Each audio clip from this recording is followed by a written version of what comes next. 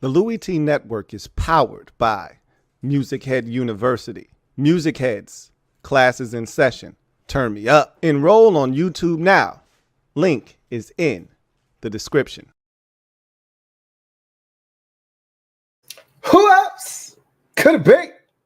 Me, your man, Louie T. Welcome to the Command Post Live. You know what it is. Post up. Take command out. Of course, I'm your Commander-in-Chief, Louie T. Thank you for joining me. This is an exclusive Command Post Late Night Louie edition. Y'all know what it is. Got a little extra something on the side, but I'm going to behave myself because we are talking NFL draft. We're talking tight ends. We're going to rank these tight ends. I'm going to give you my top 7 tight ends in the 2024 NFL draft.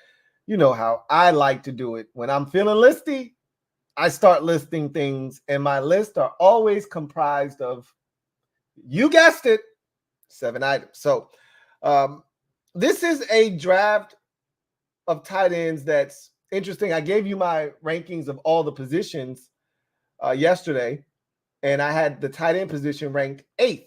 So it's not a great tight end class, but beauty's in the eye of the beholder. And I always feel like, specifically with groups like the tight end position, for example, we may not think that this is an overly talented crop of tight ends, but you put the right tight end in, and you could, this goes for any position really, but you put one of these tight ends in the right system, the right team with the right coaching, and voila, you don't know what you're going to run into. And so, much like the Rams with Puka Nacua last year, I get it, he's not a tight end, he's a wide receiver, but they had a plan for him. They knew exactly what he was going to bring to their football team. They draft him, they stick him into the lineup, and obviously injuries kind of fast-tracked him to playing, but we saw the end result, right?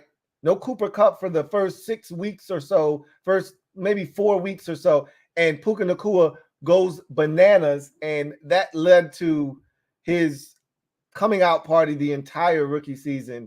And you just don't know. You know, you get a good fit for one of these guys, and the next thing you know, you got George Kittle on your hands. Or, you know, you got one of these tight ends that just blows up, and you go, whoa, like Sam Laporta last year. Okay? You just don't know. So I think ultimately, when it's all said and done, this might turn out to be a solid. You know what's crazy is there have been years where we've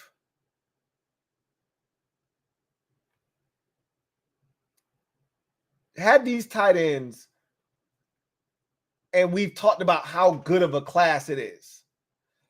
I'm trying to think of the year. It was the year with there have been 2 years, I think, in particular, here in the last maybe 5 or 6, where we went, oh my God, well, I can't speak for anybody else. I went, oh my God, this is a great tight end class. If you need one, this is the year to get one. And I think the reviews have been mixed about those classes. Going back a little ways, there was that year where you had 2 Iowa tight ends go in the top 10, I believe, Hawkinson and Noah Fant. I don't know if both of them went in the top 10. Maybe it was just Hawkinson that went 10 to like the Lions, and then Fant went somewhere in the first round to the Broncos. The Broncos.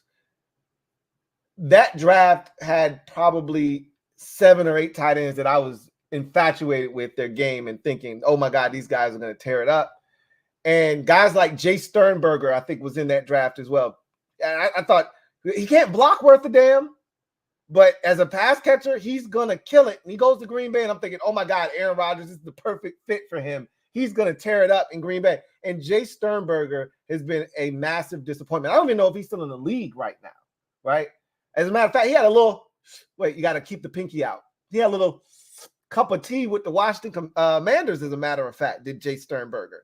But he got drafted by the Packers. I couldn't have found a better landing destination for him, and nothing, right? So I want to say that was the same one with Dawson Knox. And it was a loaded draft class, and I bet if we went back and looked at all those guys that we thought were going to be good, I want to say that the Eagles tight end, Dallas Goedert, was in that class too, I think. I bet you if we went back, it probably ended up being a really good draft class of tight ends.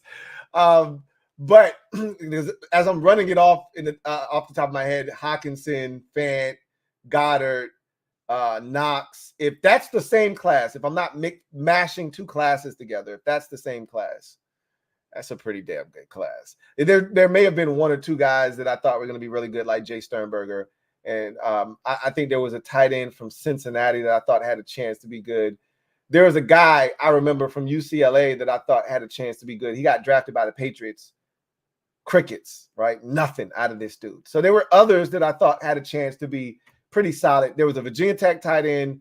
There was a Cincinnati tight end. And there was a tight end from UCLA. And none of them ultimately panned out in the NFL to this point. But I think that's all the same draft class. Ended up being a solid draft class. Then I think there was one maybe a year or two ago, maybe 2 years ago. It was last year. It was Dalton Kincaid. It was Sam Laporta. It was the tight end the Packers drafted, Musgrave. Luke Musgrave, or was it Musgrove? Musgrave from Oregon State, and a slew of others. Those guys, I think those were the first three guys. But Darnell Washington was in that draft, and he had a cult following. Michael Mayer from Notre Dame. I mean, last year's class was loaded. The jury's still out, obviously, but Dalton Kincaid has already announced that he's really good, right? Sam Laporta has already announced that he's really good. So some guys have already jumped out of that class and said, hey, I'm good. Don't worry about me. Check on the others. I'm fine. We'll see what some of these other guys are able to do if they're able to carve out niches for themselves. But last year was a really good draft class. This year, it's not last year's draft. It's not, that draft from maybe, what was that, 2021 or so with Goddard and that can't be 2021. It had to be like 2020 with Goddard and Hawkinson and Fant and Knox and all of those guys that I've mentioned. If that's the same draft, right? This isn't that. But these guys could end up being really good, right? So we'll see what happens. But I'm going to go ahead, jump into the show and kind of talk to you guys about these tight ends and talk to you about where I think they fit in terms of this year's draft and how I see them ranking in terms of the talent level and how they could fit in the NFL. So without any further ado, I don't want to talk your head off. I've already done that enough. When you have a couple of adult beverages, you get a little wordy, right? You get a little loquacious. Look that one up in the dictionary. SAT word. Let's get to it. So, tight end rankings. I do want to mention an honorable mention. Normally, I don't do this, but this guy, I think, deserves an honorable mention because he's injured currently, and the combine was really big for this player in particular because the medical is going to be ultimately what determines if this guy gets drafted or not. I could easily see him going undrafted because a team just doesn't want to spend a draft pick on a guy that is a high risk at this point with the 2 season-ending injuries he's had each of the last 2 seasons. Anytime we start talking about spinal cord injuries, I get nervous and I'm out, right? You're off my board at that point. But in 2022, his season ended prematurely with a spinal cord injury that required surgery, which that sounds scary and it sounds like you shouldn't be playing football anymore, right? But maybe it wasn't as serious as it sounds. I've always said that every surgery is major surgery. Anytime they're opening you up, that's major in my book. But he had a spinal cord injury that required surgery that ended his 2022 campaign. Then he has a torn ACL in 2023 that ends his season prematurely. And that was in October. So theoretically, if you think about October, November, December, January, February, March, April, May, June, July, he should technically, that's 9 months. And generally, ACL injuries take 9 months to recover from. Again, everybody's different. Technically speaking, he should be ready for training camp. Now, if he's on schedule, everything's going well, and being that he's a young man, he might heal a little faster, 7, 8 months, whatever. A team may take a flyer on him. My prevailing thought is with the injuries that he sustained each of the last 2 years, whether he's ready to go by training camp or not, I don't think a team's going to touch him in the draft. But I think Eric All, tight end out of Iowa, deserves a mention because Iowa's been a factory. I just talked about Sam Laporta. We know about George Kittle. We know about TJ Hawkinson. We talked about Noah Fant. It's been a factory. We can go all the way back to CJ Fedorowicz, who probably started all of this. And really, since CJ Fedorowicz, who wasn't all that great, but he was good enough, it's just between there have really been 3 teams that have produced high-level tight ends over the last decade plus. Iowa, Notre Dame, and Stanford. And I think Iowa has taken the lead of late. Notre Dame is still trying to keep up. They've continued to push talent into the league. And, the tight end in Chicago right now playing really good and has established himself as a big-time tight end. And then we'll see what Michael Mayer does. Notre Dame's trying to keep pace. It's tough, though, because Iowa, they're cranking these dudes out, it seems like, every year, every other year. And Eric All was supposed to continue that tradition. He transferred over to the program, and he looked the part, man. This dude's athletically gifted. He's kind of twitchy, right? Get into his routes very quickly. He looks the part of a mismatch type of tight end at the next level. There are some issues with some drops here and there, but you're talking about a guy that's 6'4", 252 pounds, not that great of a blocker. More work can be done there. A lot more work needs to be done there, as a matter of fact. But you wouldn't be drafting him off of his blocking prowess. You'd want to work with him on that. You'd be drafting him because this guy can get up the field vertically and stretch it on the seam ball. He can get open underneath because he's quick enough. A lot of these tight ends, they're not quick. They may have speed because they're running in a straight line, like a Cade Stover, for instance, ran a 4.6. What was it? 4.65. He ran a 4.65. Cade Stover's not moving at a 4.65 pace unless you give him a runway and just let him run straight. Okay. Generally, tight ends don't operate in that kind of a vacuum. Tight ends are going to be making quick, sudden movements, right? In, out, coming back towards the football. Only time you really get to see a tight end open up is if he's running a seam route or he catches a screen, gets some blockers out in front of him, and he gets to take off. Generally speaking, tight ends don't get to run vertically without any contact. They're going to be getting in and out of breaks. They're going to go out. They're going to go in. They're going to come back to the football. They're going to have to find ways to separate with quickness. A lot of these guys don't have it. Eric All does have that. Again, he had that pre-injury, pre-ACL. If he comes back and he's the same guy that he was prior to the injury, he's going to be intriguing. I don't think he's going to get drafted because of the 2 injuries that I mentioned. But if a team gets him as a priority free agent, he could turn out to be a difference maker down the road. I'm just making mention of that. Anyway, I digress. So with that said, let's get to the list of the top 7 tight ends. And we start with number 7, Jaheim Bell, out of Florida State, 6'2", 241-pound senior tight end, runs a 4.61 40. So again, just for a reference point, I think I've mentioned this before, but I just want to mention it again because when people see some of these times, I think your sense of how fast is fast for certain positions is warped because you see how fast these corners and receivers and running backs are running, and you think, oh my God, 4.6 is slow. No, 4.6 is not slow for a tight end. 4.6 is plenty fast. As a matter of fact, in my definition with tight ends, anything sub 4.7, you're fast at tight end. Anything sub 4.6, you're really fast. You fast. Anything sub 4.5, you blazing fast, right? So that's how it works, right? 4.6, oh, you fast. Anything sub 4.7, which is in the 4.6s, oh, you fast. Anything sub 4.6, which is in the 4.5s, oh, you fast.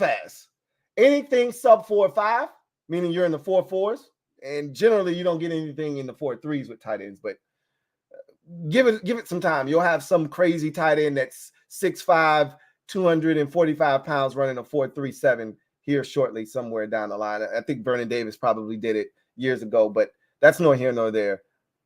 Anything sub 4.5, you blazing fast at the tight end position, right?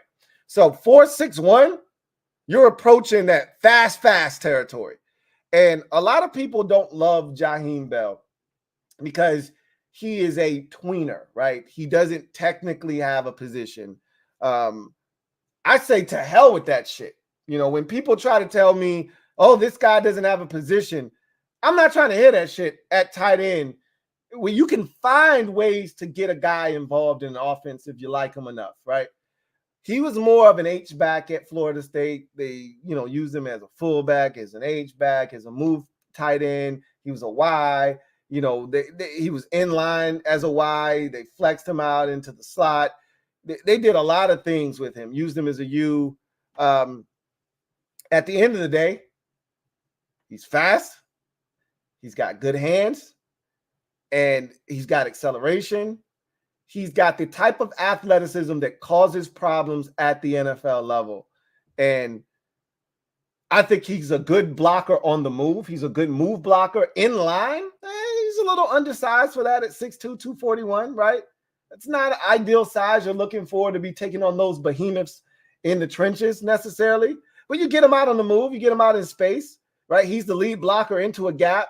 He's the guy that's leading the outside zone, sifting across the formation. He's the guy that gets out in front of a screen. This guy's a problem. He can block. He can get it done, right? So I really like Jaheim Bell, and I think there's a place for him and guys like him in the league now. We've seen guys like him with that similar size come into the league and have tremendous success. And one of the guys that I comped him to is what I see him as at the next level. And this guy has been a really good football player, and he continues to be a very solid contributor wherever he goes. I think he just inked a deal with the Atlanta Falcons this year, if I'm not mistaken. And my comp for him is Jonnu Smith. Similar size Jonnu Smith was coming into the league. People kind of dismissed him because he was a tweener. He went to Tennessee, lit it up, went to New England. I think the last couple of years he was in New England with the Patriots. He's played some good football. I think he went to Atlanta this year, or he might have went to Atlanta last year. I get it mixed up, but either way, Jonnu Smith is playing good football still, and I see Jaheim Bell having a similar impact. He's not going to be for everybody. He's not for everyone, but if you've got a system that fits a guy like Jaheim Bell, I think if you deploy a tight end or a fullback rather, or an H-back, a guy that moves around in your scheme, this is the kind of guy you want, right? If you for instance, I think he could do damage in a scheme like San Francisco's, right? Where they use, Kyle Juszczyk. Clearly the 49ers have Kyle Juszczyk. They just re-signed him to a long-term deal to keep him in San Francisco, probably finish his career there. So you don't necessarily need a guy like Jaheim Bell, but a system like that where you're going to utilize a guy, you're going to throw him the football, you're going to toss him a bone, you're going to move him around, you're going to give him opportunities to catch the football, he could be a problem. I like Jaheim Bell a lot. So I like him probably more so than most. He's number 7 on my list. Coming in at number 6 is Jarrett Wiley, a name that you probably should know now because I referenced him yesterday on the show, or a couple of days ago now, if you're on the East Coast, where Washington had a top 30 official visit with him. And it caused me to go do the homework. And upon watching him, I was like, this is a gem. I've unearthed a gem here. I'm like, shh, don't tell nobody about Jarrett Wiley. Because if you don't get Jatavion Sanders, here's your other guy. Here's your your alternative. Here's another option here in the TCU product, Jarrett Wiley. This is a guy, big, a really big tight end, 6'6", 250, ran a 4.6 240, which was really impressive. But I was interested to see what the 4.62 looked like, because again, as I mentioned, you see some of these guys running these 4.6s, like Jaheim Bell looks like he's quick and fast. That's the difference with some of these guys, is they're quick and they're fast. And so they can win underneath and get to, the little out route, the little in route. They can push off and come back and run the little stick, right? They can run the little arrow route over the middle of the football field. Like some of these guys, you see the quickness and the speed. With Jaheim Bell and Jarrett Wiley, you see the quickness underneath. Like they can work out in space and not struggle in those environments. So I really like Jarrett Wiley a lot. And again, I was blown away by his movement skills, his ability to catch the football. What I wasn't blown away with was his ability to block. Now, again, it's not for a lack of trying. It's not for a lack of effort. I think he comes with the mindset of, I want to block. I'm just not very good at it yet. And that's all coaching, right? Like, I don't want the guy that doesn't want to block. That's the guy that scares me. The guy that wants nothing to do with physicality, that wants nothing to do with putting a body on a body. That's the guy that you can't help. As a Commanders fan, once upon a time, we had a dynamic pass-catching tight end named Jordan Reed. He wanted nothing to do with blocking at all. And there was no fixing that. He did not want to block. And look, to each its own. If you don't want to block, don't block. But Jarrett Wiley wants to block. He just needs to refine his technique. He probably will never be a dominant blocker. You don't have to be a dominant blocker when you catch the ball as well as he does, when you can run like he does, and you can stretch the field vertically up the seams. You can get open underneath. You can make things happen after the catch. You don't have to be a tremendous blocker. It helps, but that's not a prerequisite, right?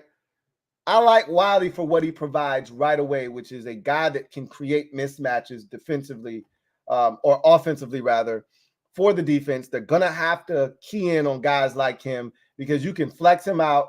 TCU puts this guy out wide at receiver, right? They put him in the slot. They moved him around, put him at H-back. They put him at fullback and created mismatches all over the field. And this guy took advantage of them time and time again. And so you see the NFL, it's moved to a mismatch type of league. Do you have chess pieces that can win you matchups? Yes or no? That's what usually determines the potency of your offense. Do you have guys that can flat out win? Can I get a guy that I can put on a defender no matter what you try to do? Linebacker, safety, corner, you're still going to be wrong no matter what you do. Wiley is one of those guys because at 6'6", even if you put a corner on him, he's too small. At 6'6", you put a safety on him, he's more likely than not too small. And with that 4'6", 240, most linebackers are running faster than that these days. But if you catch a linebacker flat-footed, 4'6", is plenty fast to blow right by them, right? So love what he brings to the table. Think he has a chance to be really good. My comp for him is Robert Tonyan, all right, or Tonyan, all right. I remember that one season, Robert Tonyan, who was an ex-basketball player turned tight end. We've seen a lot of those over the years. That became a popular trend in the NFL. I remember that one year where he kind of burst onto the scene with Aaron Rodgers. And we thought, oh, shit, Rodgers has got him another tight end. And then the next year, I think he tore his ACL or whatever, and he's never really been the same since. But Robert Tonyan has talent, and he can run. And guys that can run cause problems in the NFL at the tight end position. And Jarrett Wiley can run. And that 4.62 is legit, and it comes equipped with quickness that allows him to win underneath. And he has movement skills like a wide receiver in certain instances. And so I think there's a place for him in the NFL and an opportunity for him, if he goes to the right team, to be a contributor that really is able to put up some quality numbers in this league. I've got him at number 6. So we go to number 5 on my list, and it's Theo Johnson, Penn State tight end. This is a guy that, caught my eye and my attention and got on my radar during the combine. And I remember talking about him on the combine coverage and saying, I'm intrigued by him. I want to see what the tape looks like because the movement skills look pretty good during the combine. And he, went out and ran that 4.57, 6'6", 260 pounds, running a 4.57. That was impressive. And I wanted to see if the tape matched the movement skills. It's easy to go out and blow up the combine and in t-shirt and shorts with nobody covering you. And he did that, right? I wanted to see it with pads on and somebody laying hands on you. Did we get the same action from him? And the tape didn't match necessarily for me. I was a little disappointed in what I saw from Theo. I'd much rather have a guy that when the lights are on and the pads are on, you perform at a high level than the guy that it's vice versa. With the pads off and in front of the cameras with nobody guarding you and you're running against air, you look like Hercules, right? I want the guy that looks like Hercules with the pads on, And Theo Johnson for me, I wasn't impressed. I went in with expectation, and maybe that was my mistake, is that I went in with the expectation of I'm going to see athleticism because that's what I saw at the combine. And remember, the combine is supposed to be confirmation.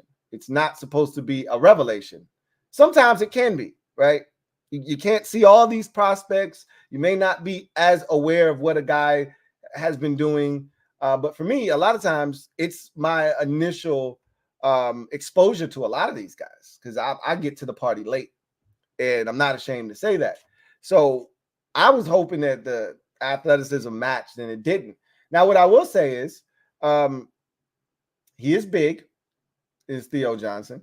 He is athletic, but I don't see it enough. It's very inconsistent. And so are his hands, too, by the way. And I have a problem with that at the tight end position because, again, I'm not going to throw it to you all that often unless you're one of these high-volume tight ends, guys that can catch 70, 80, 90 balls a season. Those are rare. Those are few and far between. Most tight ends in the league catching 40, 50, maybe 60 balls if they had a really good season. But for the most part, it's 47 catches for 817 yards and 8 touchdowns. That's what a tight end season typically looks like, right? It's 54 catches for 722 yards and 7 touchdowns. So most guys aren't Travis Kelce. They're not Mark Andrews, where they're clocking 97, 110 catches in a season where you go, whoa. And so a guy like Theo Johnson, if I'm throwing it to you, I need you to catch it because you're not a high volume guy where a drop here or there is understandable. I've thrown it to you, 127 times this season and you caught 83 of them. That's understandable. Okay. Bro, you're getting 56 targets. You can't drop any of them if you're open, right? And there's some drops on tape. And then there's some sluggish movement where I'm like, bro, you 4.57 and this is what it looks like? Because that's not what 4.57 is supposed to look like for me, right? I just told y'all that anything sub 4.6 is fast at tight end. I don't see fast with Theo Johnson very often. And I always look for that one game, and every team is different. College, especially for tight ends, is tough because every system isn't tight end friendly in terms of targets and activity. Some teams target the tight end, others don't, and sometimes you have to project at the tight end position. Penn State has been a university traditionally, that gives their tight ends an opportunity to showcase their skills if they have it.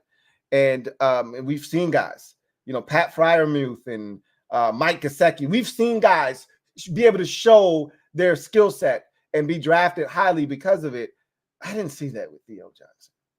And to add on, as a blocker at 6'6", 260, I'd like more out of you from that size, right? Out of that size, I'd like to see a little bit more out of you in the blocking game. I think he needs work there too. So I don't trust him as a blocker. The hands are a little sus. He is an athlete now, and when he does get to open it up, you can see it, but the quickness isn't there. A little sluggish for me. I wasn't impressed. And that's not to say that he can't come in the league, get some coaching, and turn out to be the athletic dynamo that he looked like at the combine. Again, the tape didn't speak to me. It didn't scream, hey, I got that athleticism over here, man. I got that athleticism. What you trying to do? I didn't see it from Theo Johnson, but the upside is there. That's why he's on the list, and that's why he's at number 5. Let's get to number 4. Ben Sinnott, or I think it's Sinnott. It could be Senate. I think it's Sinnott. I'm going with Sinnott. Sinnott, visually, it looks like Sinnott. I'm going to go with Sinnott.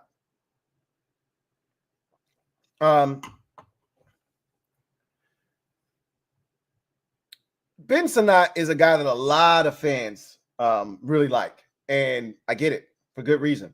6'4", 250, out of K-State. Ran a 4.68 40 at the combine, which shows off the quickness and the athleticism and the speed that you see on tape. You watch him in games like against Mizzou, and you're seeing him get up the sideline on a little wheel route, and he wins. And you see some run after catch ability from him.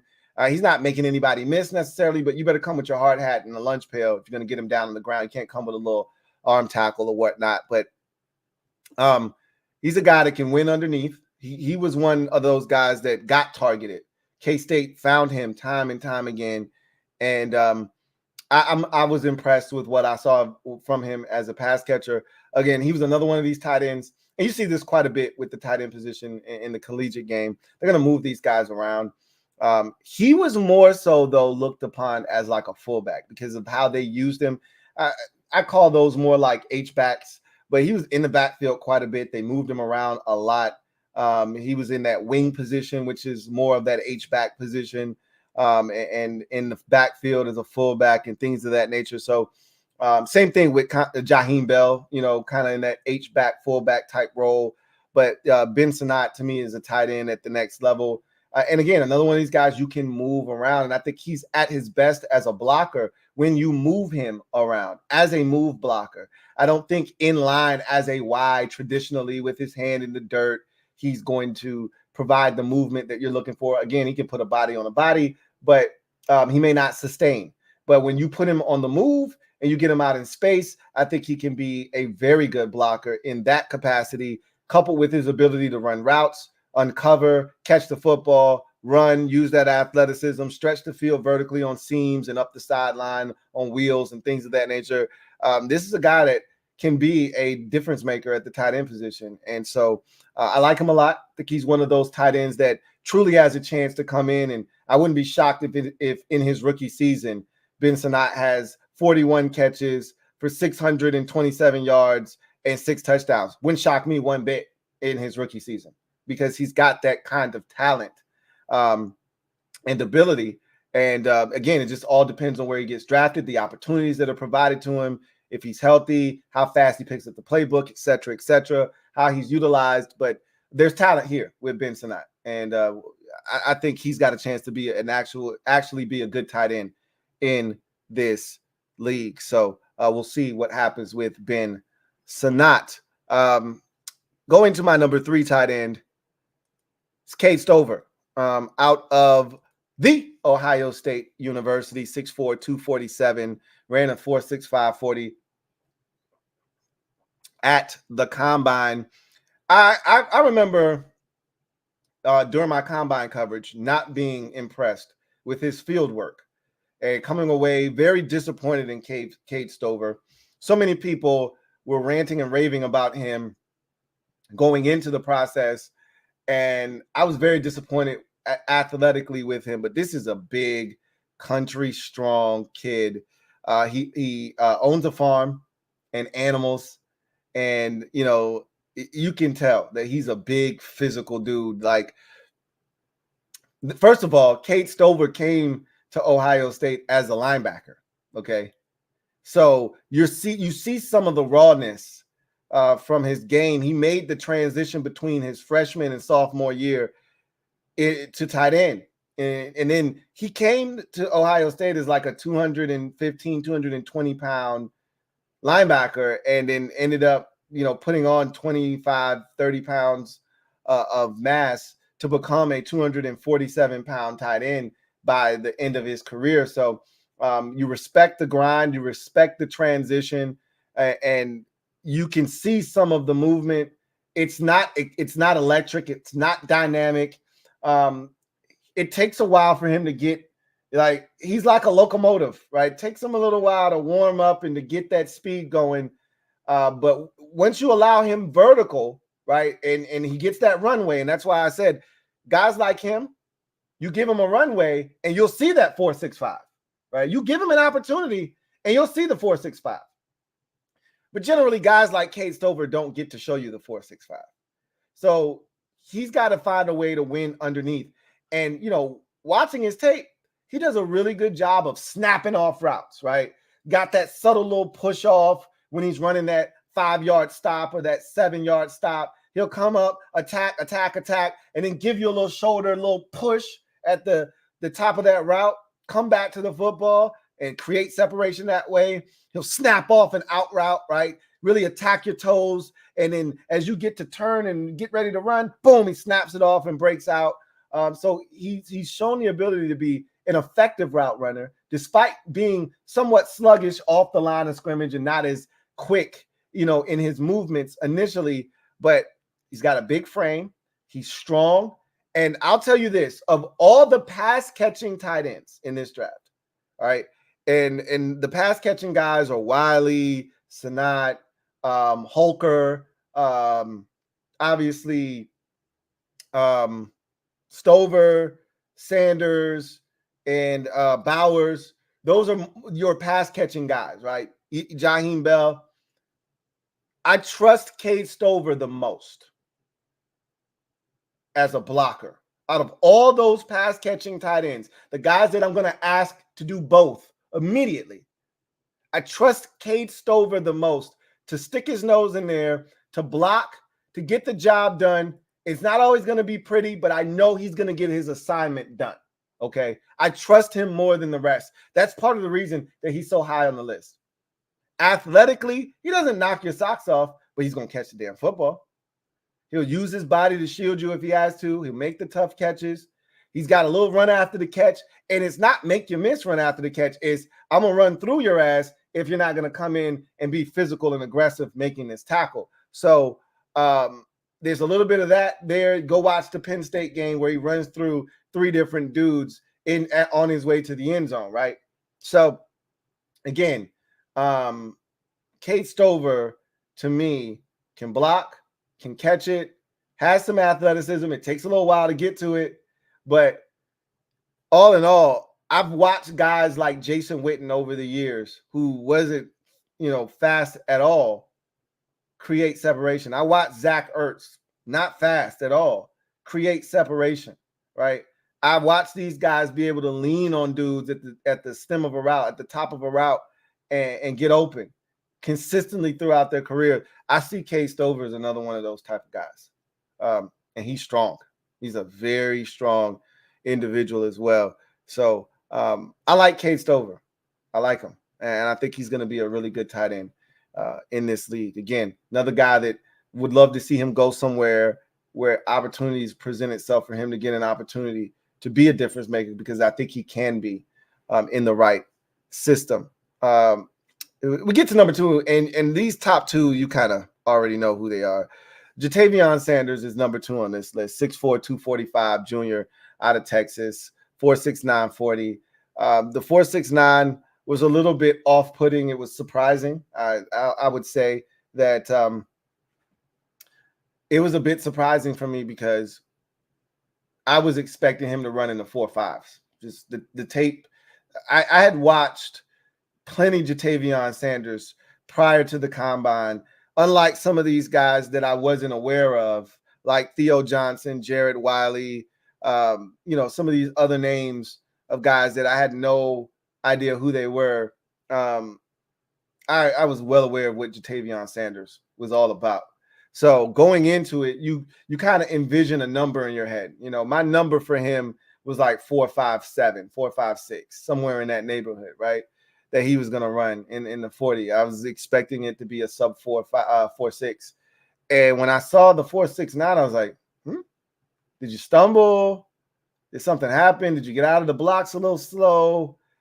Well, let's just see what the second 40 looks like, because with some guys, there's a big discrepancy between first 40 and second. You're a little nervous, a little uptight.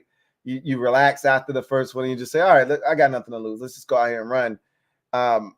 No, that's what he ran twice, essentially. It was, I think one was like a 4.69 and the other was like a 4.71 or something like that. So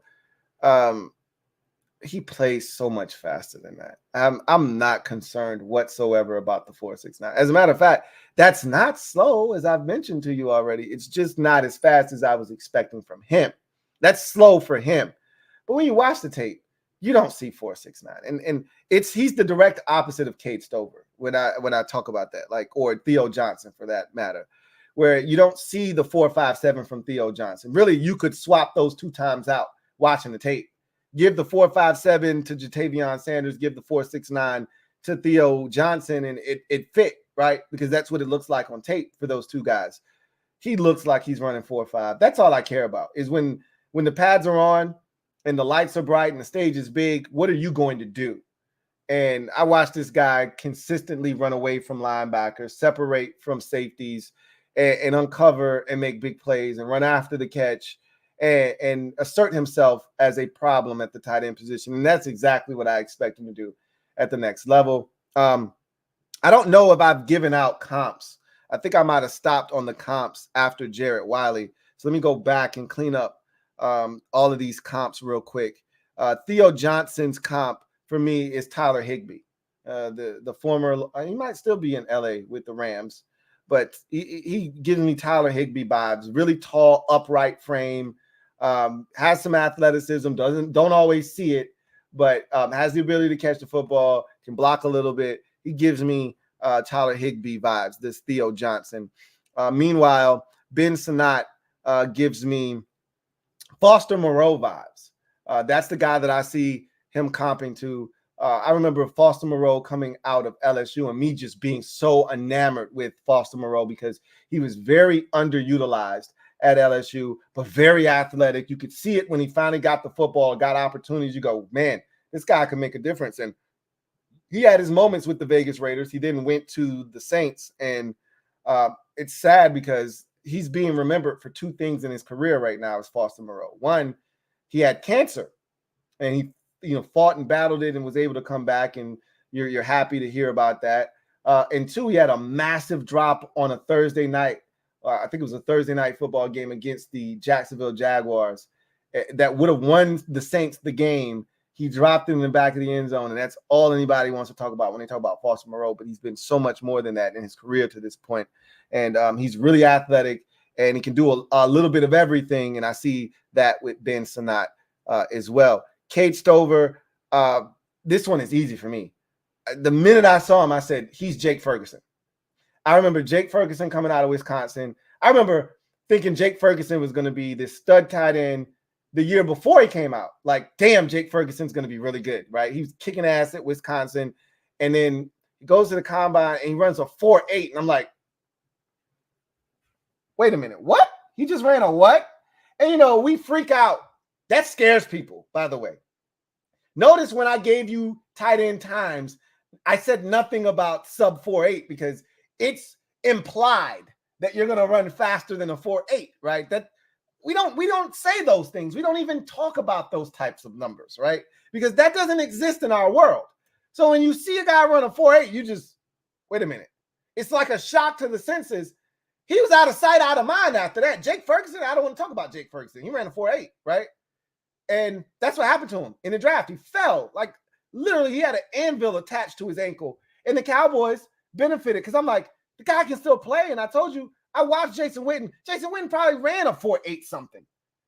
I don't know what he ran. He might have ran a 4.7 something, but he looked like he ran a 4. By the time we got a hold of Jason Witten, fresh out of Tennessee, probably ran like a 4.76 or something.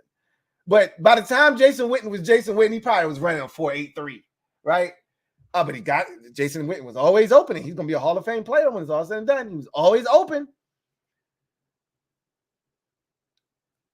I swear to you, I look at Jake Ferguson and I'm like, I knew he could do this. Watching what he's doing with the Cowboys, he had a breakout season last year. They finally moved on from Dalton Schultz, let him go after franchise tagging him, and Ferguson got a shot, and he made the most of it last year, and he was fan-effing-tastic. It makes me sick to my stomach how well he played for them because the Cowboys always seem to find really good tight ends, and I see a lot of Jake Ferguson. Like, literally, I see Jake Ferguson written all over Cade Stover. So that's a good omen for Cade Stover. And then Jatavion Sanders, for me, he's Sam Laporta.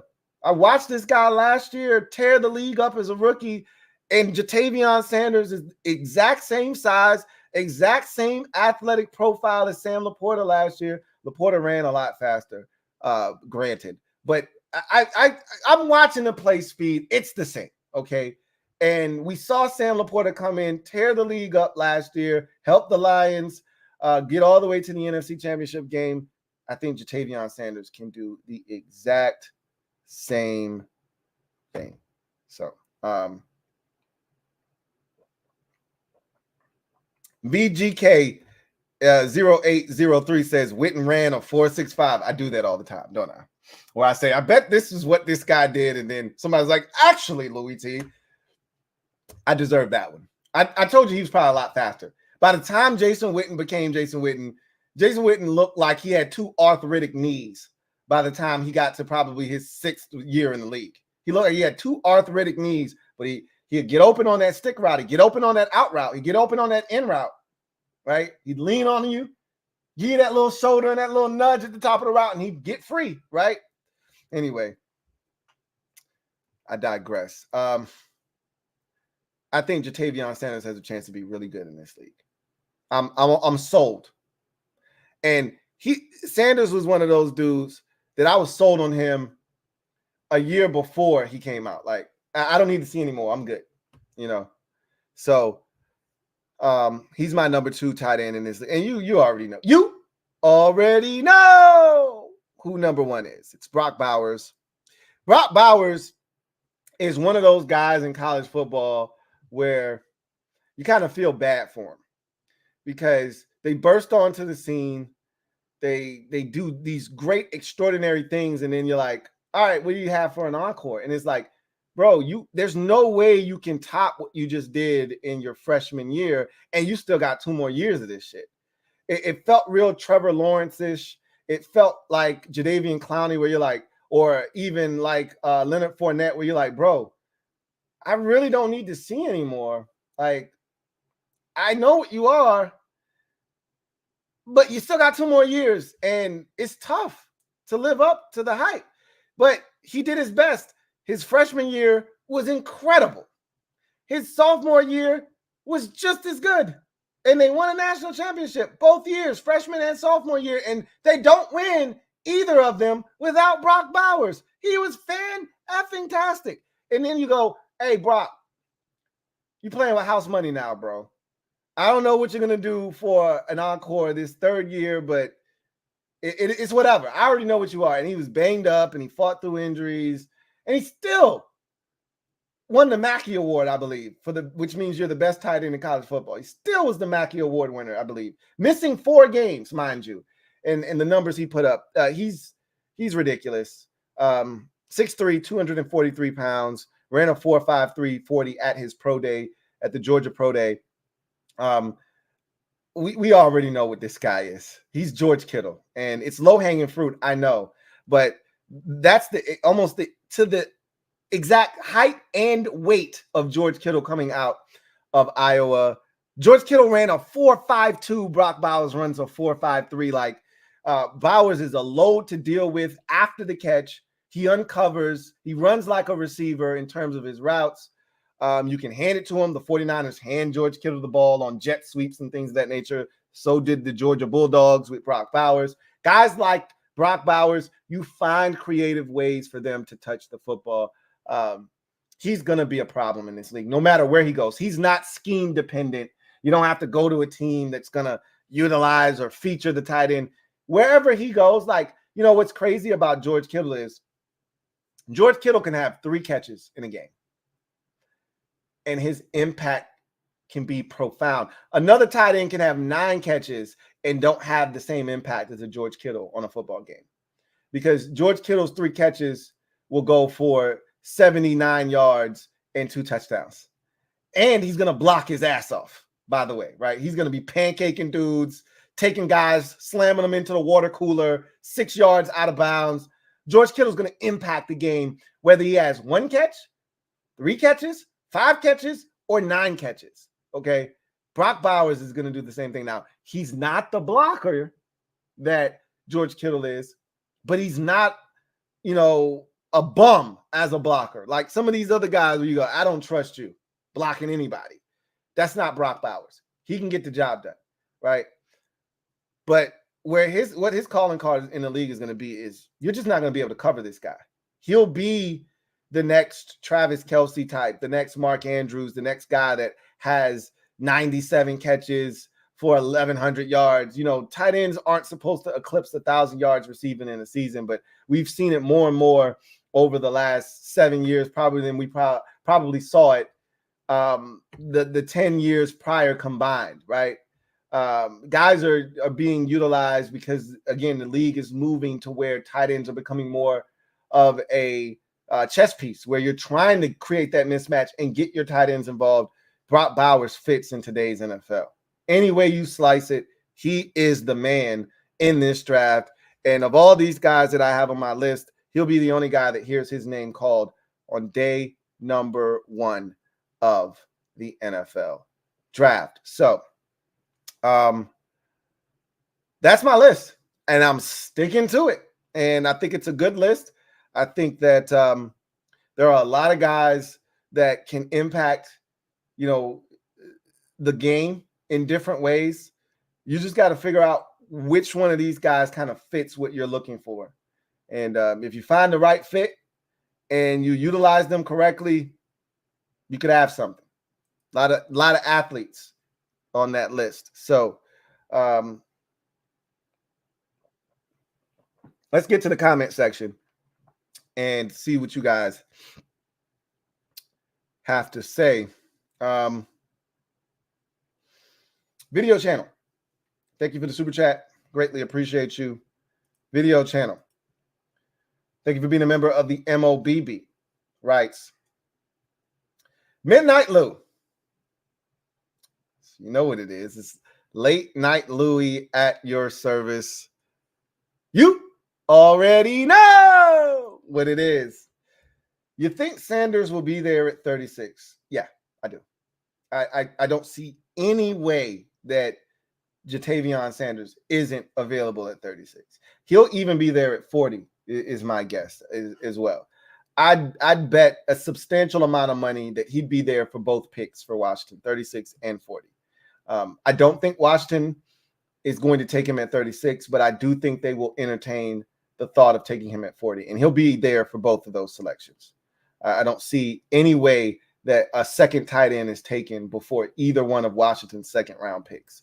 So I have no worries about him being there.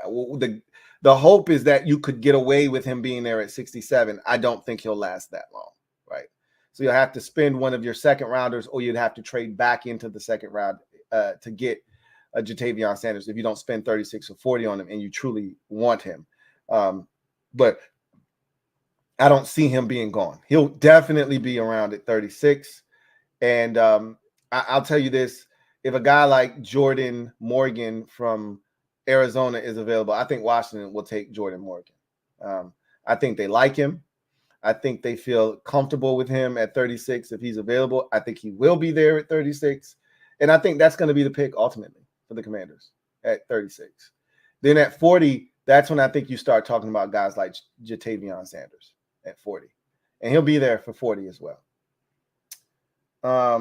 Dr. B, thank you for the super chat. Greatly appreciate you. Thank you for being a member of the MOBB. Dr. B writes, if Brock is there in the early 20s, do you go and get him? I would. Most certainly I would. He's not going to be there in the early 20s, though. I know that there's this sense that somebody's got to fall. It's not going to be Brock Bowers. There's going to be a team, and all it takes is one team to say, if he's there, we're taking him, right? Forget about what we need. If Brock Bowers is there, we're going to take him.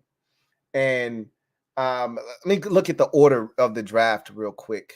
And I can tell you some potential landing destinations for Brock Bowers. So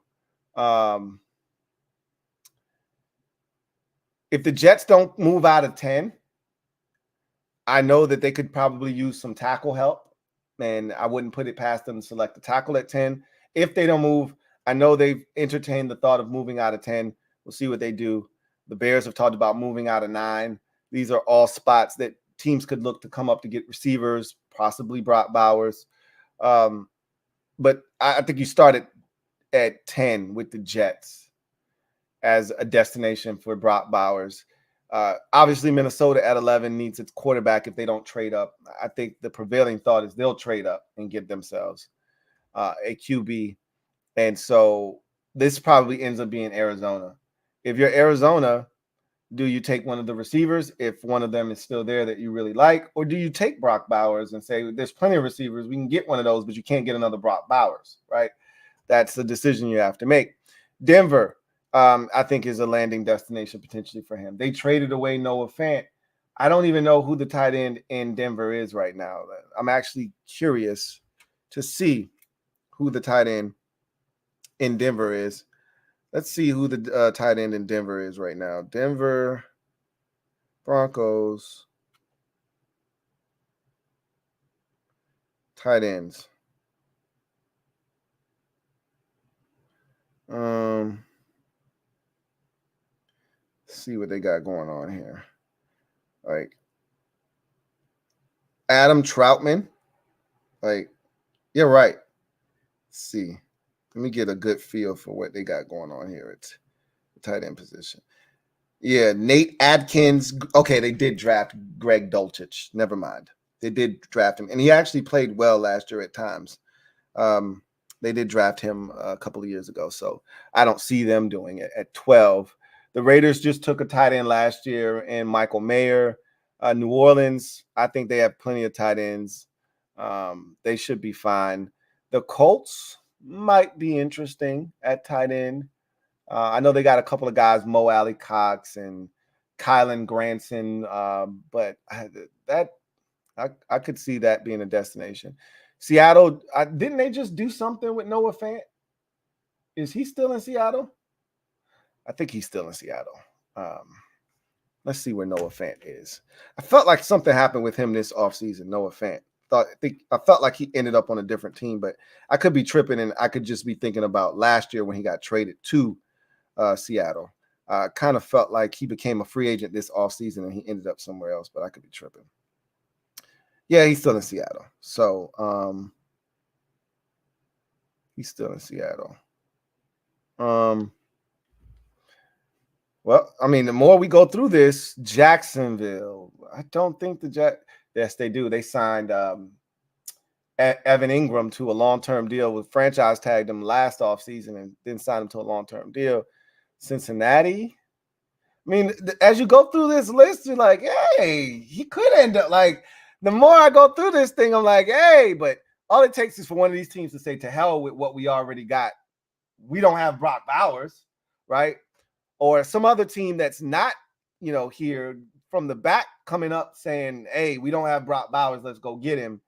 But, I mean, as you go through this list, if he gets out of the top 10, and I have no reason to believe that he won't, because The Chargers aren't taking him at 5. The Giants aren't taking him at 6. The Titans aren't taking him at 7.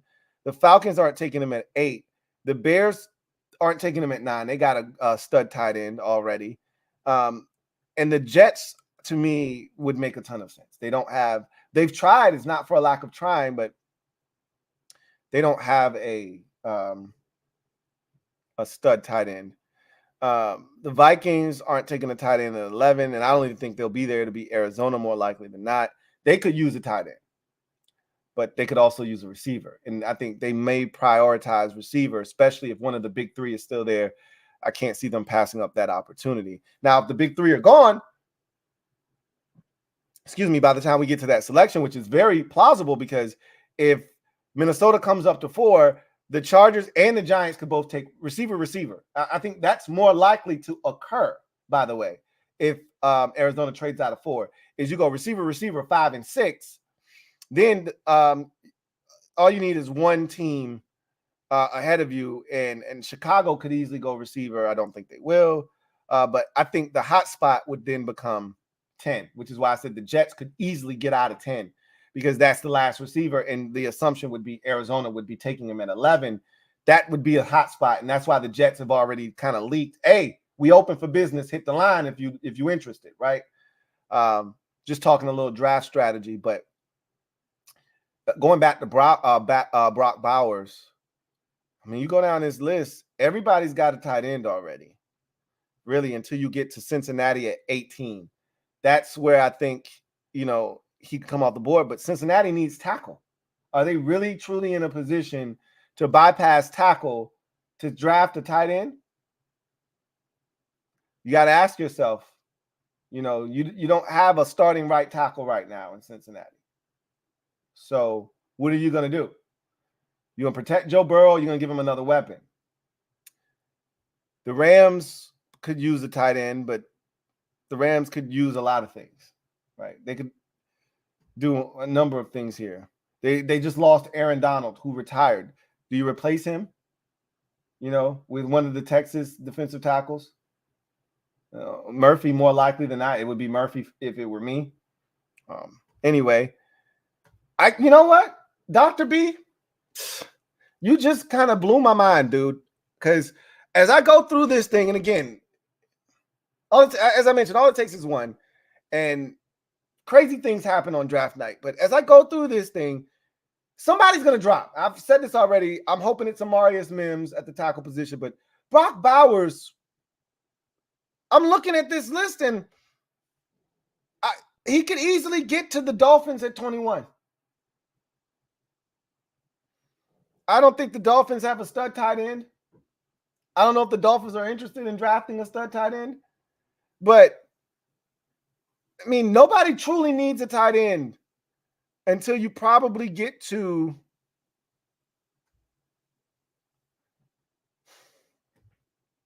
maybe Tampa Bay. I mean, think about it. I mean, we could go through the list real quick. All right. Understanding that the Titans aren't going to pass up an opportunity to get an elite tackle or an elite receiver, right, at 7. The Falcons have Kyle Pitts. The Bears have the Notre Dame tight end. I don't know why I can't. I'm going to go get his name right now. And shame on me, because I'm a Notre Dame fan and I always forget his damn name. Bears, Notre Dame. Cole Kmet. God damn it. I don't know why I can't ever remember his name. Bears have Cole Kmet. Jets don't have a tight end. But I think they're going to trade out of 10. If the Vikings trade up to 4, I think the Jets become a hot spot, because if you want that last receiver, theoretically speaking, if he's still there, you're going to have to get in front of Arizona to get him, right? So I think that becomes a hot spot. Anyway, Minnesota has TJ Hawkinson. The Broncos, they drafted Greg Dulcich not too long ago. Vegas just drafted Michael Mayer. The Saints don't have like a true stud, but they've got stuff at tight end. I think they added somebody this offseason, if I'm not mistaken. I'm pretty sure they added, but I like the kid out of Oregon that they have, Johnson, right? Juwan Johnson. So I don't think the Saints need a tight end, but they got Jimmy Graham. I think he's still there, right? Jimmy Graham. I think he's still there, but not that that matters. Not that Jimmy Graham's going to stop you from taking a tight end, but yeah, Foster Moreau is young, and they signed him in free agency last year, and then Jawan Johnson. They got tight ends. They don't need to do anything. I just talked about Foster Moreau going there, and I love Jawan Johnson. Indianapolis is interesting because none of their guys, even though they got Colin Granson and he's an athlete, he's no Brock Bowers. Let's see who the Colts have. Maybe they snuck a tight end in on me and that I'm not aware of. And their tight end situation is a lot better than what I think it is. But see. Mo Alley Cox, Colin Granson, Drew Ogletree, Jelani. They got 90 tight ends. This is the most tight ends I've ever seen on the NFL roster. They got 90 tight ends on their roster. None of them are true difference makers, but the Colts are one of those teams. They don't get guys like Brock Bowers. They settle for guys like the ones they have on their roster and try to beat you up with quantity over quality, right? This isn't the kind of guy they draft. They're a quantity over quality type team. Seattle has Noah Fant. Jacksonville has Evan Ingram. Cincinnati, that's the first place where I'm like, yo, they need a tight end. They don't have one. But are you going to, again, they need a tackle. So are you going to pass up an opportunity to draft a tackle to go get the tight end in a deep tackle draft class? Yada, yada, yada. That's the first place where I could see Brock Bowers going. Cincinnati at 18. And that would really unlock their offense, especially if you're not going to retain T. Higgins. You could use another weapon to free up Jamar Chase on the outside. The Rams probably could use a tight end, but I don't see the Rams drafting a tight end. In Sean McVay's system, find a tight end in the 5th, 6th round. You don't need to do that here, right? Steelers have Pat Freiermuth. The Dolphins could probably use a tight end, among other things. The Eagles have Dallas Goedert. The Vikings have, and they'll probably trade this to Arizona, is my guess. So they won't have this pick. That's another landing destination for them. So you said early 20s. There you go. You're in the early 20s already, right? You kind of blew my mind there, man, because I could see him being there in the 20s. If somebody's going to fall, it could be Brock Bowers. But again, somewhere in there, he could be taking, Sean Payton at 12 could say, Greg Dulcich, I wasn't here for that. He's cool, but he's not Brock Bowers. Give me Brock Bowers instead. You never know. Anyway, all it takes is one team, as I mentioned. Smack City. Thank you for the super chat. Greatly appreciate you. Thank you for being a member of the MOBB. Smack City writes, Xavier Legette in the second. Thoughts? I don't think Washington is going to pull the trigger on him in the second round. If he's there in the third round, he's going to be in consideration. I think the second round is going to be too early for him where Washington is selecting, because there will be other players that provide you with greater value at the receiver position, among other positions, tackle, corner, edge rusher, just to name a few, tight end. There'll be other positions that provide you with greater value than Xavier Legette at 36 or 40. So, no, I don't see Washington taking him in the second round unless they were to trade back into the second round. Obviously, they got third round picks. They could package up some picks, go back up and get him, or any player for that matter. But I think there is, I'll say this, it's more likely that he's there at 67 than Washington selecting him at either 36 or 40. I'll just say that. And again, all it takes is one team. Like, a lot of people have been mocking him to Carolina at 33, because they have the first pick of the second round of the Panthers. They need a number one wide receiver in the worst way, right after a long day, right? He's a Carolina kid. He went to South Carolina. Makes a ton of sense. Keep him home. If I'm Carolina, there are other options that are available that make more sense than Xavier Legette at 33. But again, we'll see what happens. Okay. If they took him, I wouldn't be upset with it because the upside is ridiculous. It's through the roof, but he's also extremely raw. And if you're Carolina, you need a more polished product, a more established guy that's going to come in and be able to help you right away because you can't wait. You need Bryce Young to have a help immediately. You already went out and traded for Deontay Johnson, which was a very smart move on their part. Now you got to go get him a running mate, and maybe some of the guys that you already had, like the kid you drafted out of Ole Miss last year, starts to fall into place when you're asking them to be third, fourth, fifth options, et cetera, et cetera. So for me, Xavier Legette for Washington, too early at 36 and 40. You're going to have to go in a different direction if you want him. You're going to have to hope he lasts to the third round at 67. Duncan Wright, thank you for the super chat. Greatly appreciate you. Thank you for being a member of the MOBB. My guy Duncan writes, what's up, Lou? No, you're speaking my language. Night owl hours. I'm actually at a loss for words, but give me time. Nah. Oh, yeah. I'm right there with you, and I got a glass waiting for you, bro. I'm already ahead of you. You got to catch up. You're losing right now, man. G Moore, baby. Thank you for the super chat. Greatly appreciate you. Thank you for the super chat. G Moore, baby. Video channel. Thank you for the super chat. Greatly appreciate you. Double up. Thank you for doubling up. Who writes, Lou, you on the spot. Who you picking at 2 and why? Why are you doing this to me, man? Why are you trying to make me come out of my house? I'm comfortable. I'm sitting in my favorite chair. I'm by the fireplace. Why are you trying to make me come outside, man? What are we doing, man? I've already told you who I would take. You know the answer. I've given you the reasons why. Why are you doing this? You want to see me get stoned to death? You want me to come inside with a gunshot wound? You want me to risk life and limb to come outside to tell you something that I've told you a million times already that I don't feel like I need to repeat? What are we doing? You know who I would take. You're being funny. That's what you're doing. You're being funny. I heard your jokes. Okay, I heard your jokes. All right. I'm taking Drake May. I told you the upside is higher. And I'm not going to say anything else. I'm back inside. Lock. Blind shut. I'm safe again. All right. Y'all want to fight? Fight. Outside of my house. Leave me alone. Okay.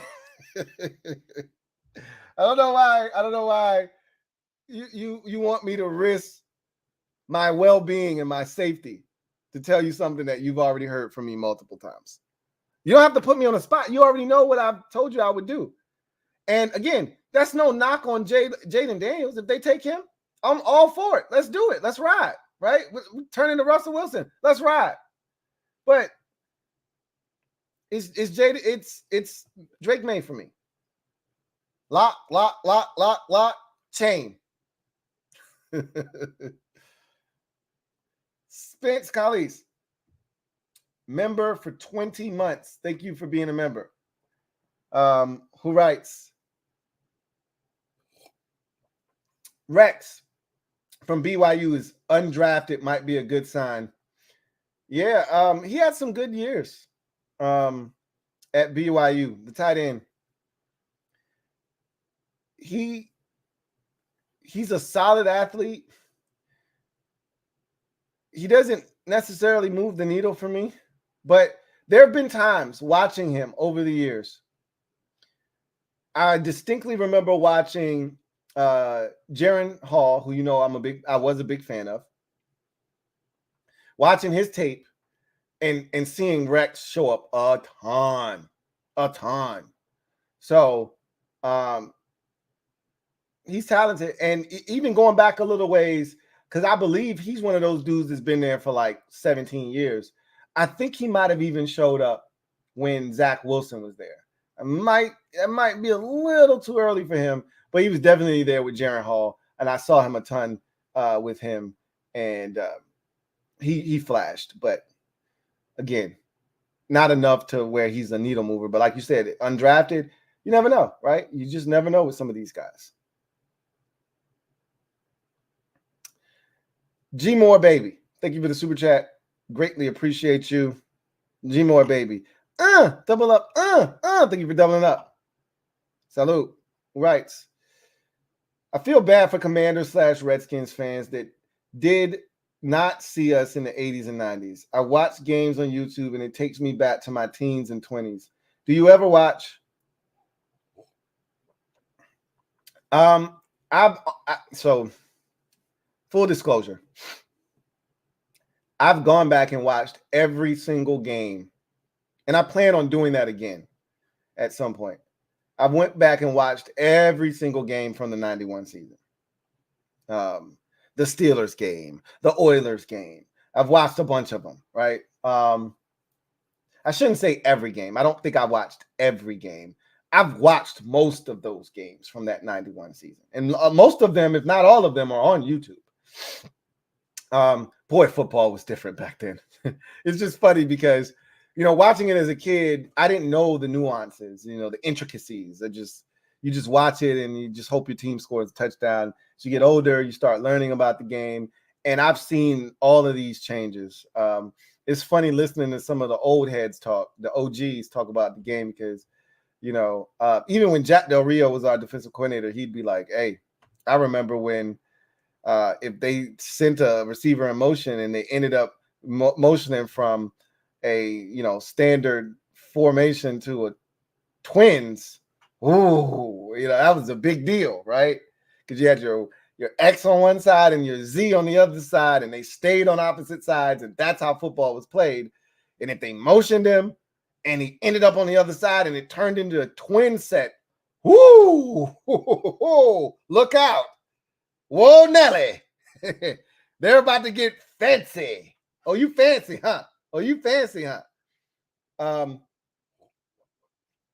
Now, I can't remember the last time I've seen a team not inside the red zone go with anything less other than like short yardage situations. I can't remember the last time a team on a 1st and 10 showed up with 2 receivers on the field. That shit just doesn't happen very often unless you are a run-dominant team like the Titans have been, like the Browns have been. Most times you got 3 receivers on the field, or a single back, but it was a different game then. But yeah, I've gone back and watched. I don't do it often. I'm not gonna sit here and act like, man, I go back and watch all the time. But one summer I sat down and I watched most of those 91 games, and I plan on doing it again.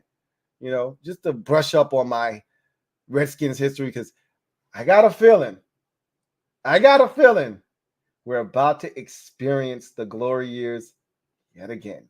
So I want to feel what that's like, get a little bit of that aroma on me again, because I was a little tyke the last time we hoisted a Lombardi. So I need that to be just kind of just showered on me a little bit. And I think it's coming back. I feel really good about that.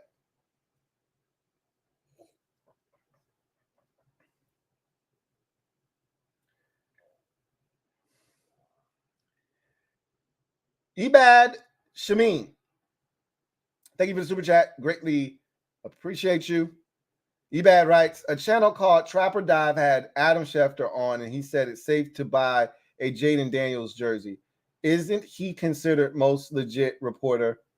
I would say so. I mean, there's a slew of them, but he's probably leading the pack. And somebody sent me that video, and again, Adam Schefter doesn't know. He's projecting, and he has every right to do that.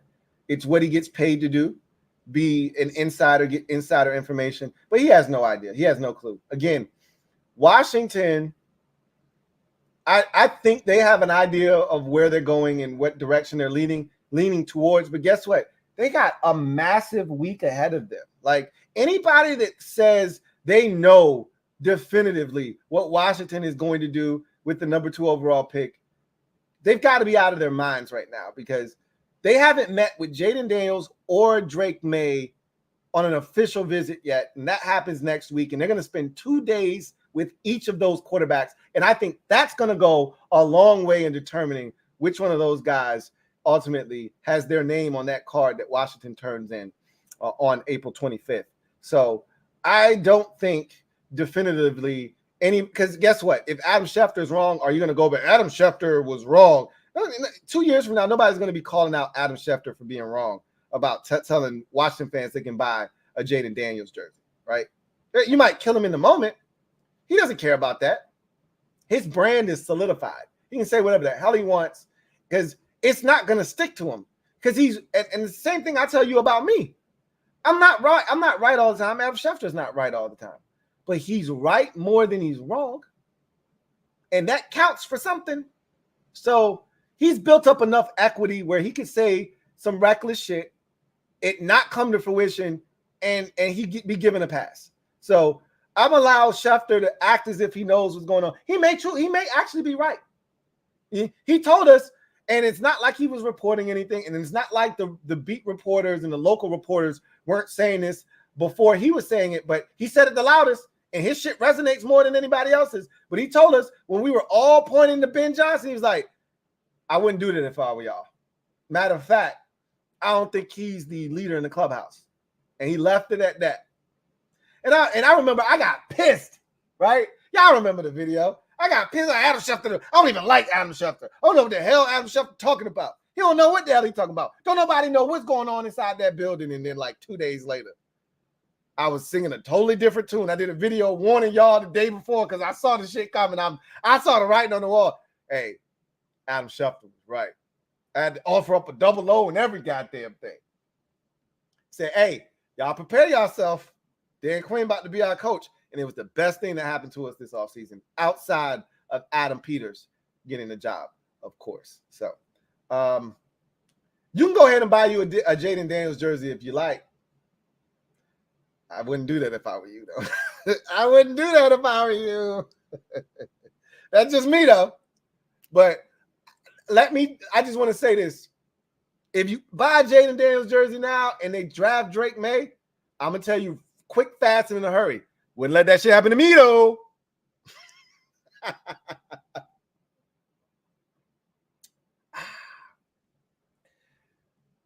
Duncan Wright, thank you for the super chat. Greatly appreciate you. He says, oh, wait. Double up. Thank you for doubling up. This is late night, so enjoy my next comment, Lou. Look, man, please make sure you keep it clean and safe. All right. They've been throwing this on me, so I'm gonna throw it on you, right? I'm just passing the buck. Ain't no Diddy stuff around here, bro. All right, no Diddy, right? Keep it clean, all right? So I'm passing it to you. So in the immortal words of Diddy, take that.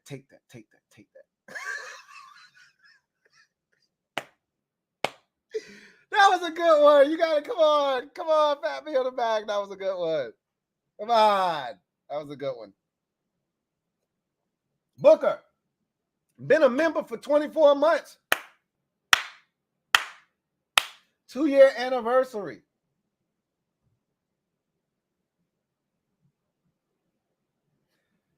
This, the first good coaching staff in 10 plus years, question mark.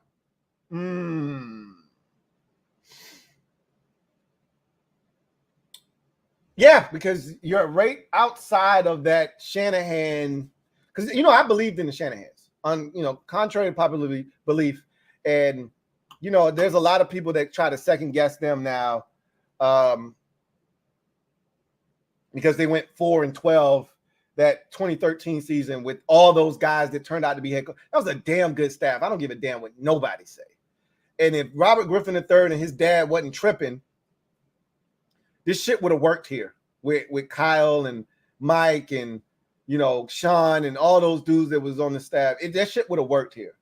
So being that was 2013 and we're now in 2024, that's outside of a decade. You said a decade plus. No, this staff has to prove that they're better than that staff. I know that staff didn't win a damn thing, but what they've gone on to do in the league and what they've proven over time, Kyle and Sean McVay and Mike McDaniel and what they've proven, we've seen that those dudes are super talented, and that was a talented staff. I believe in this staff, though. I believe in this staff. It is what it is, right? Anyway, I digress. I digress. Aubrey 44. Thank you for the super chat. Greatly appreciate you. Aubrey 44 writes, is it possible Fashanu falls past the teens? If so, what would it take for us to make the move? I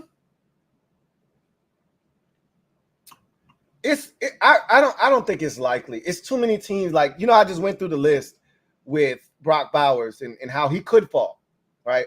Earlier in the night, Dr. B threw in the comment and asked, was it possible that Brock Bowers could fall into the 20s, early 20s, and would we go? I would go up to get him. Absolutely, I would. But Fashanu is different because he's a tackle, and everybody needs tackles. It's rare for a team to pass up that needs a tackle to pass up on. And again, they're going to start coming off the board as early as Tennessee at 7, right? After the Chargers at 5 take a receiver, the Giants at 6 take a receiver. All tackles are now in play from 7 on at that point. And I'm going to open up the list of picks once more. And Tennessee could go with a tackle. I don't think Atlanta will. Chicago, they've done enough work on their offensive line. The Jets could go with a tackle at 10. I still think they're going to trade that pick, especially if Minnesota trades up to 4 and Arizona's there, and there's the third receiver of the big 3 still there. I think the Jets have all the necessary ammunition to move out of that pick at that point. That'll be the hottest pick in the draft at that point. If Arizona moves out of 4 and moves back to 11 and 23. But the Jets could use a tackle. Arizona could use a tackle. Remember, they moved on from DJ Humphries, right? He had tore his ACL, and they cut him this offseason. They could use a tackle, right? Arizona could. Denver, probably. I know they signed Mike McGlinchey last offseason. I don't know what their other tackle situation, other tackle position looks like. They could probably use a tackle. Vegas, I'm guessing, could use a right tackle at a bare minimum. They still have Colton Miller. No, he's been playing well for them at left tackle, but I don't know what their right tackle situation looks like. The Saints, my guess is they probably could use a tackle. I can't confirm that, but they probably could use a tackle. The Colts probably could use a tackle. My guess is they could probably use a tackle too. Seattle, they have tackles. Jacksonville, feel like they've spent some money on a tackle, but they might not have. Cincinnati could use a tackle. The Rams could use a tackle. The Steelers definitely need a tackle. Miami, I think they're good. Eagles are good. Dallas needs a tackle. Again, how far do you need him to fall for you to go up and go get him, right? It's the question. I just remember, I don't love him. Olu Fashanu, that is. But I like him enough that I'd go up and get him if he became available. And I think he'll be somewhere in that 3rd to 5th tackle taken off the board range. I just don't see any way from 7 to 20 with the Steelers. I don't see any way that 5 tackles, at least 4 tackles haven't come off the board by then. Between 7 and 20. You're going to have four tackles taken at least. He'll be one of them, my guess is. Because it's Alt, it's Latham, it's Fatanu, it's Fuaga, and then it's Fashanu. And those are the top 5 to me. And where he falls in there is anybody's guess, right? Because he didn't have as good a 2023 as he did 2022. I don't think that's going to change anybody's mind. If you like him already, You're going to take him. And I just see him being gone by 20. And the question you also have to ask yourself is somebody else going to trade out to give you the right?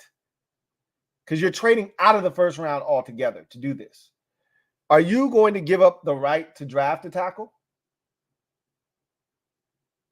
to let somebody else come up and get one? Yes, it's a deep tackle draft class. I've talked about this already, though. I talked about this the other day. Deep with talent in terms of quality and deep with quantity, it's two different things. The tackle class is deep with quantity, but the quality is at the top. Receiver position, there's quality throughout. It's quantity and quality throughout. The tackle position is quality early, quantity throughout. So you can find you a starter. He's not a Pro Bowler, though, more likely than not. You're passing up on an opportunity to potentially get yourself a Pro Bowl, all-pro type tackle, though. At least the talent suggests that that guy could be. To get you a guy that could be a starter, serviceable. You're gonna find it pretty hard, which is why you need Amarius Mims to drop to the 20s, and then you could maybe get a team like Arizona, who already has a second first-round pick. If they trade with Minnesota, they'll probably have 3 first-round picks, right? At that point, because they'll still have 27. That's a team you could trade with at 23, Arizona, to come up and get your tackle. But I don't see Fashanu being available at 23. Now, Mims could be available at 23. Still highly unlikely he gets past like a team like Pittsburgh, especially if the other, 5 have already gone. But again, Tampa Bay needs a tackle. Green Bay could use a tackle. It's a lot of teams. You get down here towards the bottom, the Ravens, the 49ers, all of them could take tackles. So you're going to have to strike while the iron's hot if you're going to try to do that. You asked me, would I make the move for him? Yes. If he fell past the teens, I'd be trying desperately to get up and get him. Yeah, I would. And I think they will too. I think they would too. DJ23, been a member for 14 months. Really appreciate you. Who writes, shout out to the MOBB mob. Y'all know what it is. Stand up. We in the building. Y'all know what it is. Lou, I hope you have a panic room.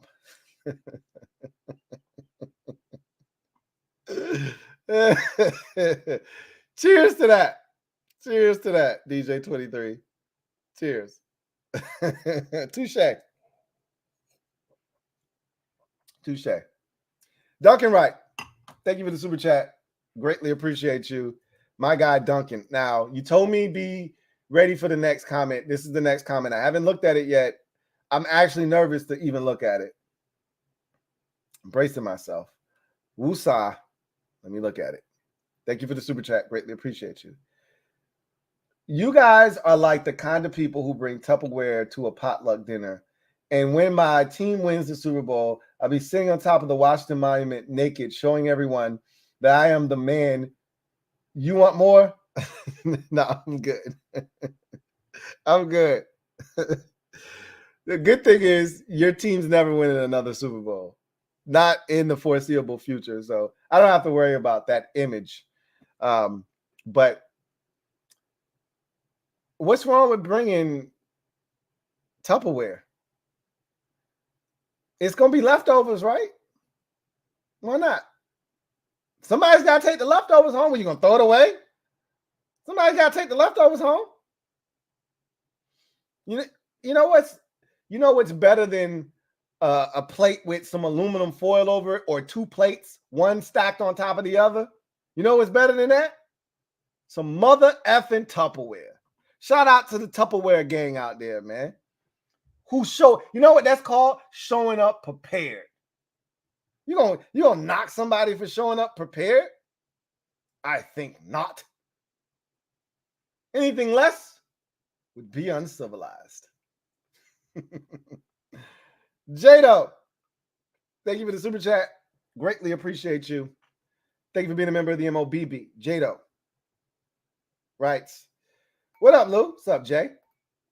Not sure why people are saying JD is a lock. Because they want JD to be a lock, right? And let's face it, more people are projecting Jaden Daniels to Washington than they're not. So that's why, the more you watch, the more you take in, the more you become susceptible to buy the hype. And in most years where there's smoke, I tell you, there's a fire right there, and I'm seeing it. And I don't see Smokey the Bear putting this shit out. There's a fire right there. So most years, I would tell you, it's probably accurate. This year, however, with Washington being essentially Fort Knox, and this group having the shit airtight. I mean, I'm still tripping off the fact that we signed Michael Davis on a free agent deal in a day and age where before a team can even disseminate the information to their staff, this shit is all over social media. And Ian Rappaport and Adam Schefter are racing to their Twitter pages to post it first. In a day and age where everybody's got sources, everybody's trying to break news, we woke up to Michael Davis on a Zoom conference call with the media live, which is how we found out he was a member of the Commanders. And then, and only then, after that was on our monitors, did Adam Schefter and Ian Rappaport then confirm, which we already knew, you weren't confirming anything because we're watching the shit live, that this guy, that let me know, oh, these dudes ain't effing around. Stop effing around and be a man. These dudes ain't effing around. Don't nobody know shit. That's what that told me. So ain't no lock, right? Now, again, Jaden Daniels may ultimately end up being a pick. But to suggest 2 weeks out that he's a lock, it's a little far-fetched, I think, personally. But that's just me. Anyway. I digress. That's going to do it for me, your man, Louie T, here on this installment of the Command Post. You know what it is. Post up. Take command. This late night Louie edition. Y'all, you already know how these go. This was a lot of fun, as they usually are. And even though we had some fun, I gave you some of the reels. Tight end position, top 7. It's not the most talented group, but it's a group that has a chance to be impactful because there are some athletes. And I talked about that during the combine. When we had the coverage covering that day where the tight ends performed, I said, hey, this is an athletic group. And the tape suggests that this is an athletic group. It's not the most talented, but it is an athletic group that can have an impact. Again, we will see. But that's going to do it for me, your man Louie T, here on this installment of the Command Post. I really appreciate you guys joining me. I look forward to chopping it up with you guys on the other side of the weekend. I'll have another upload for you at some point this weekend. So stay tuned for that. But in the meantime, enjoy the weekend, whatever you're getting into. Hopefully the weather is great and you can get out and do some things. If not, stay in the house, watch a little TV, chillax, and then we'll come back and we'll wrap on the other side of the weekend. Until then, you guys have a good one. Take care. God bless and good night.